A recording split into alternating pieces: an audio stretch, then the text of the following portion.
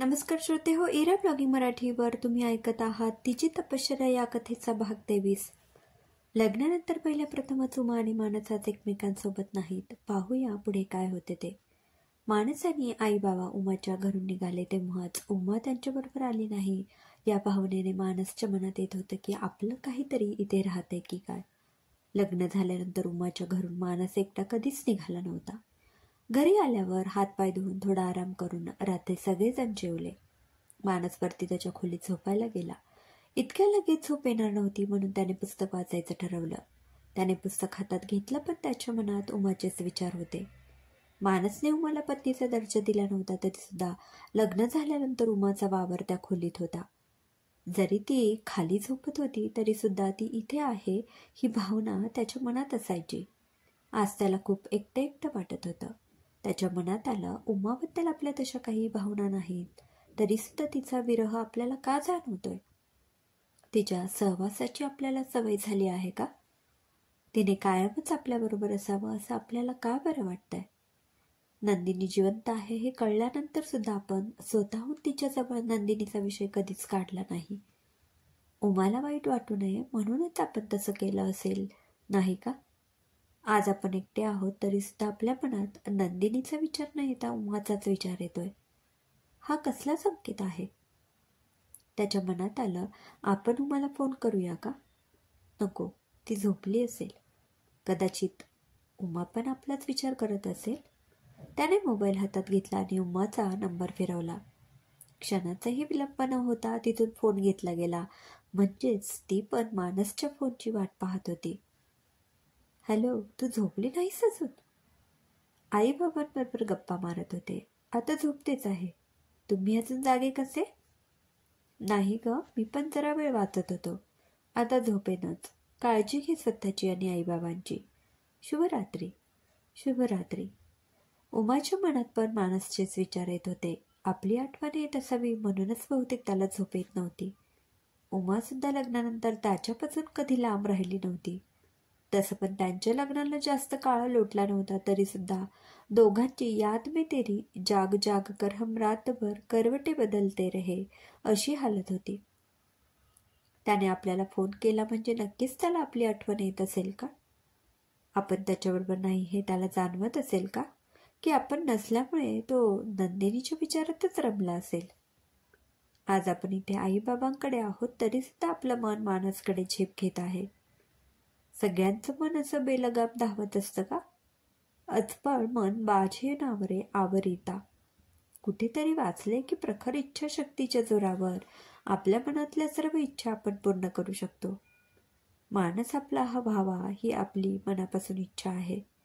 आपल्याला देवीने कौल पण दिला आहे। खरंच असं झालं तर मग माझ्यासारखी भाग्यवान मीच असेन। चित्राताई अजून पण आपला फोन उचलत नाहीये। कदाचित त्यांना नंदिनीने सांगितलं असेल की तुम्ही काही प्रतिसाद देऊ नका।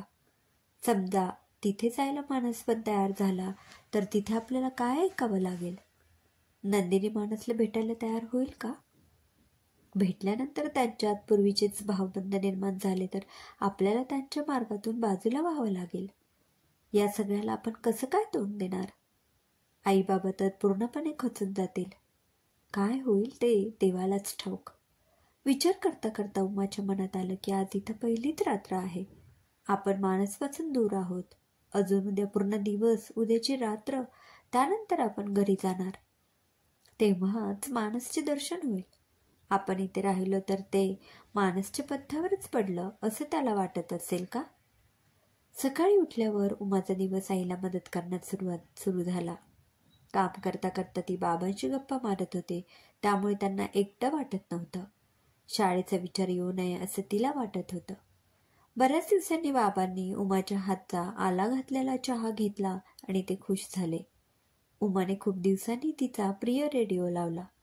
खूप दिवसांनी लावल्यामुळे तो खरखरत होता, जणू उमाला सांगत होतास की तू नाहीस तर मला कोणी हात पण लावत नाही। ती आईला म्हणाली, अगं हा रेडिओ तुम्ही कधी लावता की नाही? खरखर करतोय। अधूनमधून लावत जा नाहीतर खराब होईल। शेवटी यंत्र आहे ते। हो, आता उद्यापासून मधून मी पण लावत जाईल। काम करता करता तुझ्यासारखी गाणी ऐकत जाईल। इथे मानस सुद्धा सकाळी ब्रेकफास्टसाठी खाली आला तर त्याला उमा दिसली नाही.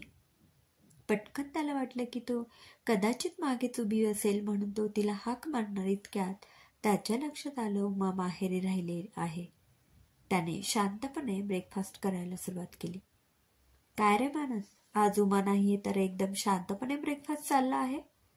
काय, कसं झालंय, काय सांगशील की नाही? की आता तुला फक्त उमाशीच गप्पा मारायला आवडतात? आई तू पण ना. अगं आज मला जरा उशीर झालाय म्हणून मी भरभर खातोय. अरे बापरे, उमाला उगाच 2 दिवस राहायला सांगितलं. एकच दिवस उमा नाहीच तर तुला लगेच उशीर व्हायला लागला. रात्री झोपलास का नीट? हो का आई, झोपलो. रोज सकाळी खाली यायच्या आधी उमा माझ्या सगळ्या वस्तू आवरून ठेवते ना, माझी पूर्व तयारी करून ठेवते. आता तिला आल्यावर सांगते तू लाडावून ठेवलंयस माझ्या मुलाला, अगदी आळशी करून ठेवलं. काही म्हणा, उमा खूपच लागवी आहे. थोड्याच दिवसात तिने आपल्या सगळ्यांना लळा लावलाय. आपल्यालाच नाही तर गीता आणि मंदा आहे तिला सुद्धा. त्या पण मला सकाळीच विचारत होत्या, उमा वहिनी नाही दिसत? मानसला तर रोज सकाळी घराबाहेर पडताना उमाला बाय करायची सवय झाली होती. तिचं स्मित हास्य दिवसभर त्याला ताजतवाना ठेवत होते. कारमध्ये बसताना नेहमीप्रमाणे त्याने पायरीवर पाहिले. त्याचंच त्याला नवल वाटलं. गालातल्या गालात हसला. त्याच्या मनात आलं, सर्वांसमोर उमाशी पत्नीप्रमाणे वागता वागता उमाची आपल्याला इतकी सवय झाली आहे की निघताना घरी आल्यावर तिचा चेहरा बघितल्यावरच आपल्या मनाला खऱ्या अर्थाने बरं वाटतं. इकडे उमाला पण मानसची ब्रेकफास्टची वेळ झाल्यावर आज मानसने काय खाल्लं असेल? त्याला आपली आठवण आली असेल का? सवयीने त्याच्या तोंडून आपलं नाव निघालं असेल का? असं झालं असेल तर आईने त्याची चेष्टा केली असेल. आता तो फॅक्टरीत गेला असेल. उठल्यापासून कितीतरी वेळा तिला त्याची आठवण आली. आपण तर मानसवर मनोमन प्रेम करतो, त्यामुळे आपली ही अवस्था होणारच होती. पण मानसला जर आपली आठवण येत असेल तर ती त्याच्या मनात आपल्याबद्दल काही भावना निर्माण झाली असेल म्हणून की घरातील एक व्यक्ती म्हणून आठवण येत असेल. इतक्यात रमाताईंनी तिला हाक मारली. अगं कुठे हरवली आहेस? तू आमच्याबरोबर सोबत म्हणून राहिली आहेस आणि अशी काय स्वतःच हरवून जातेस? मानसची आठवण येते का? त्यांना पण तुझ्याशिवाय करमत नसेल. पुढच्या वेळी राहायला येशील तर त्यांना पण बरोबर घेऊन ये बाई. असं मी म्हटलं खरं, पण त्यांना आपल्याकडे जमायला पाहिजे. त्यांची आपल्याकडे गैरसोय होईल. नाही गाई, मानस तसे नाहीत. सर्व परिस्थितीशी जुळवून घेतात. त्यांना कसलीच मिजाज नाहीये. म्हणजे खरं सांगायचं तर सोनींकडे कोणालाच मिजाज नाही. सगळेजण खूप साधे सरळ स्वभावाचे आहेत. शीलाताई पण जर कधी आल्या ना माहेरी तर माझ्याशी खूप प्रेमाने वागतात. कधीच नणंदबाईचा तोरा दाखवत नाहीत. खरंच प्रत्येक मुलीला असं सासर मिळायला हवं ग. असं झालं तर कोणत्याही मुलीला सासरवास कधी सहन करावा लागणार नाही. हुंडाबळी, आत्महत्या अशा काहीही केसेस कुठे ऐकायला मिळणार नाहीत. खरं आहे तुझं. मानसच्या आठवणीत दंग झालेली उमा घरी जाईल तेव्हा काय घडेल पाहूया पुढील भागामध्ये. क्रमशः लेखिका सीमा गंगाधरे.